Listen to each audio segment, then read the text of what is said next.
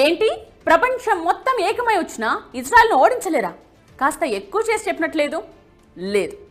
ఇప్పుడు చెప్పిన దాంట్లో ప్రతి అక్షరం నిజం. శాంపుల్గా కొన్ని పేర్లు చెప్తా, మీరే ఆశ్చర్యపోతారు. ఏంటి ఈ ప్రపంచం మొత్తం వాళ్ళ చేతుల్లో ఉందా అని.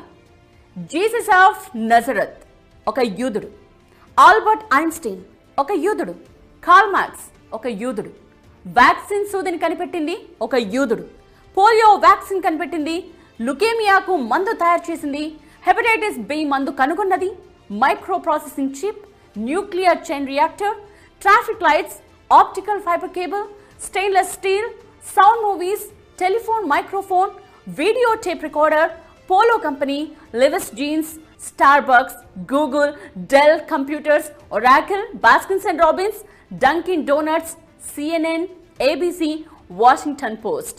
వీటన్నిటి వెనుక ఉన్నది యూదులు. లిస్ట్ ఇలా చెప్పుకుంటూ పోతే కనీసం 1-2 గంటలు పడుతుంది.